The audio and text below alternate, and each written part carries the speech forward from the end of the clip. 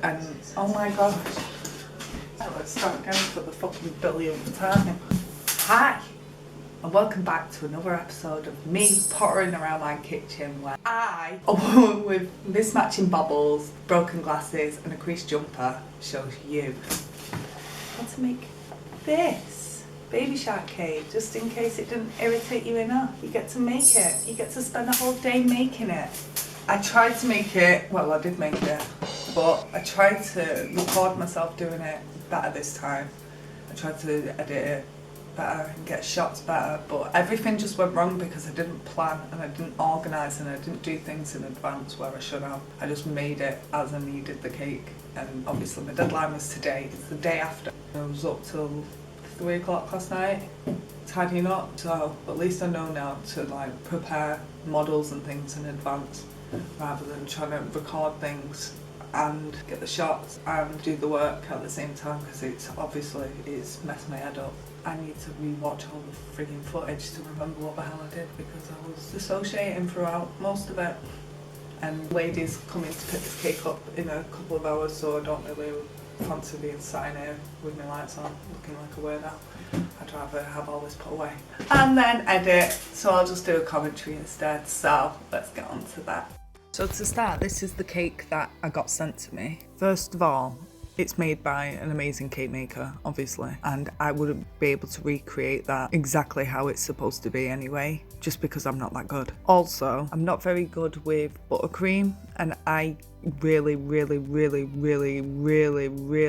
struggle working with it. So I like to use fondant as a way to cover up mistakes made with buttercream. So that's my number one tip. Don't do buttercream cakes. So after I was given this, I then took to Google Images and Pinterest for some more inspiration ideas. And on Pinterest, I found a printer for a baby shark. Like, I think they're supposed to be for cupcake toppers. I'm not sure. They're supposed to be cut out anyway. And I can leave the link in the description. Once I took all that inspiration, I then took to the design itself. So for my design, again, it's going to be a one tier, and I'm going to cover it with blue fondant. The shark on top is going to be pink, and then I'm going to add a little scroll around with the name on and the age. Then add some reeds and stuff around the sides, and then on the bottom it'll be all shells and like a beach, sand and stuff. And then with the print off design, I'll stick some of the little characters and little details around the side to make it look fun.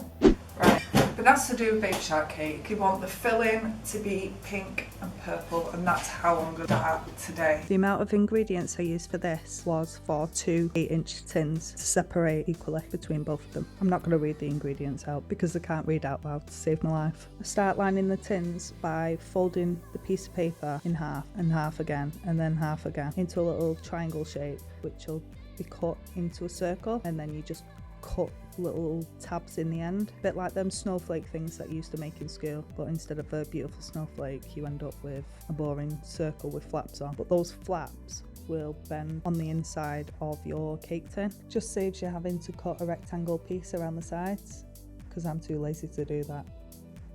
While I'm doing this, by the way, this is the time that you spend preheating the oven, and for once I didn't forget. Just pay attention to this smug ass face, because it gets wiped straight off.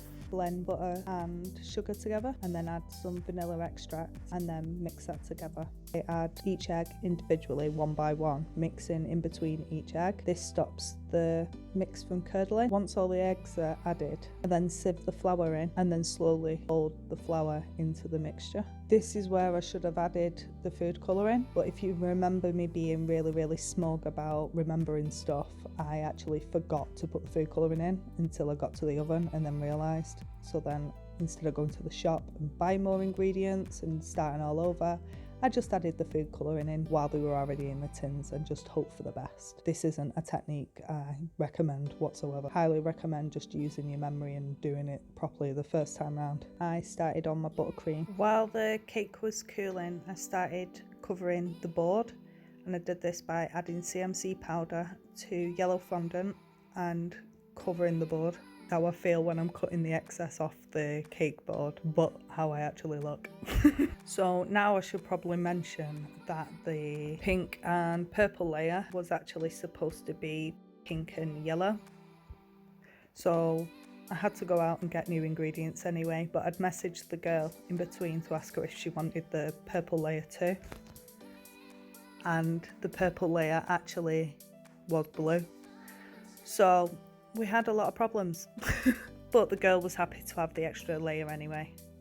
It's been a long day. Mistakes have been made, several. Oh, look how brown my eyes look.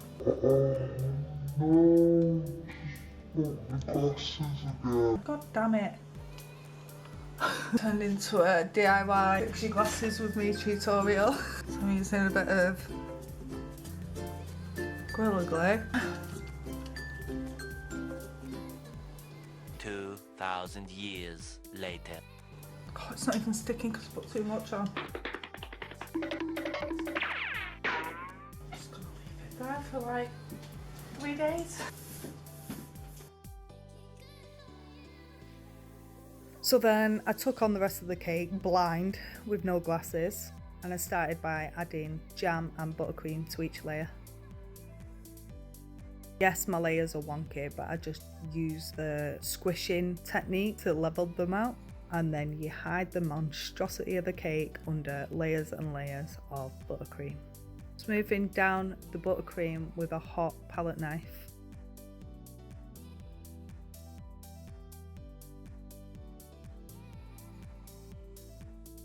Then I roll out blue fondant.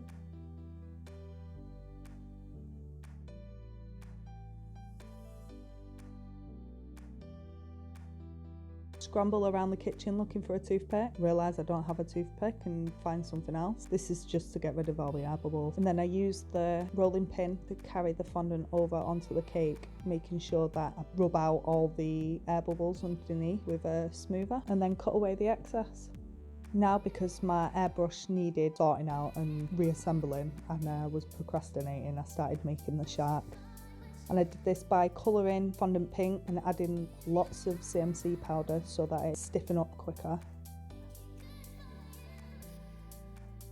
Then I just tried to copy the shark reference picture as much as I could by trying to make a pear shape, and the pear's neck was the shark's tail. That's what I did anyway.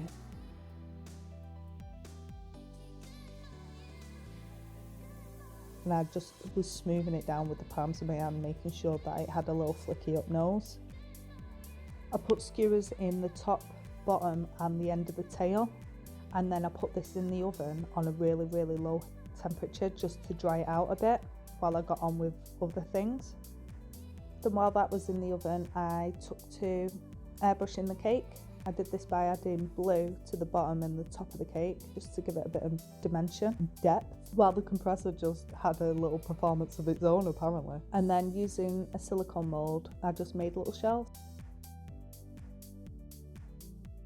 Going back to the shark, I then added an eyeball, a mouth and some teeth just by cutting out the right shapes. I moulded balls of fondant into fin shapes, as in F-I-N, not T-H-I-N, no body shaming here. And using water, I stuck them onto the shark by sliding them down the skewer. Then I took to GIMP and then just added the name, age and replaced some of the reefs and printed that off, and then I cut those out and just set them aside. I did some little details to the shark's eyes and then added some green fondant reefs onto the cake. And then I rolled out white icing and stuck on the little cutout shape from earlier and then cut those out. I then started to assemble the cake, just placing all the little decorations I had in my placements. And this is where the whole cake finally starts to come together, and everything that was in my head is now in the physical realm. I manifested my dreams and everyone witnessed it.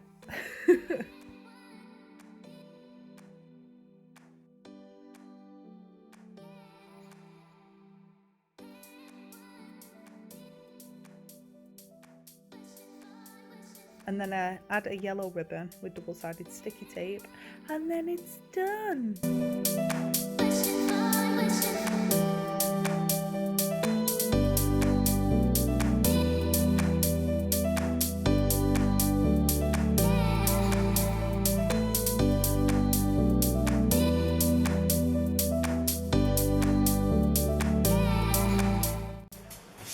hope you enjoyed it, and if you want to see more cakes like this and more tutorial wing it with me videos, like and subscribe and comment and let me know what you want to see more of. Thanks for watching, hope you enjoyed it. If you did, let us know in the comments. Bye. Fermenting. Don't think it's fermenting. It's doing some chemical things that I should actually know the science of, but I don't. But I'm sure they taught it me at one point at college. Probably wasn't listening. Too busy trying to find my husband. Dear me. This is why I fucked up, because I was trying pure shit to myself.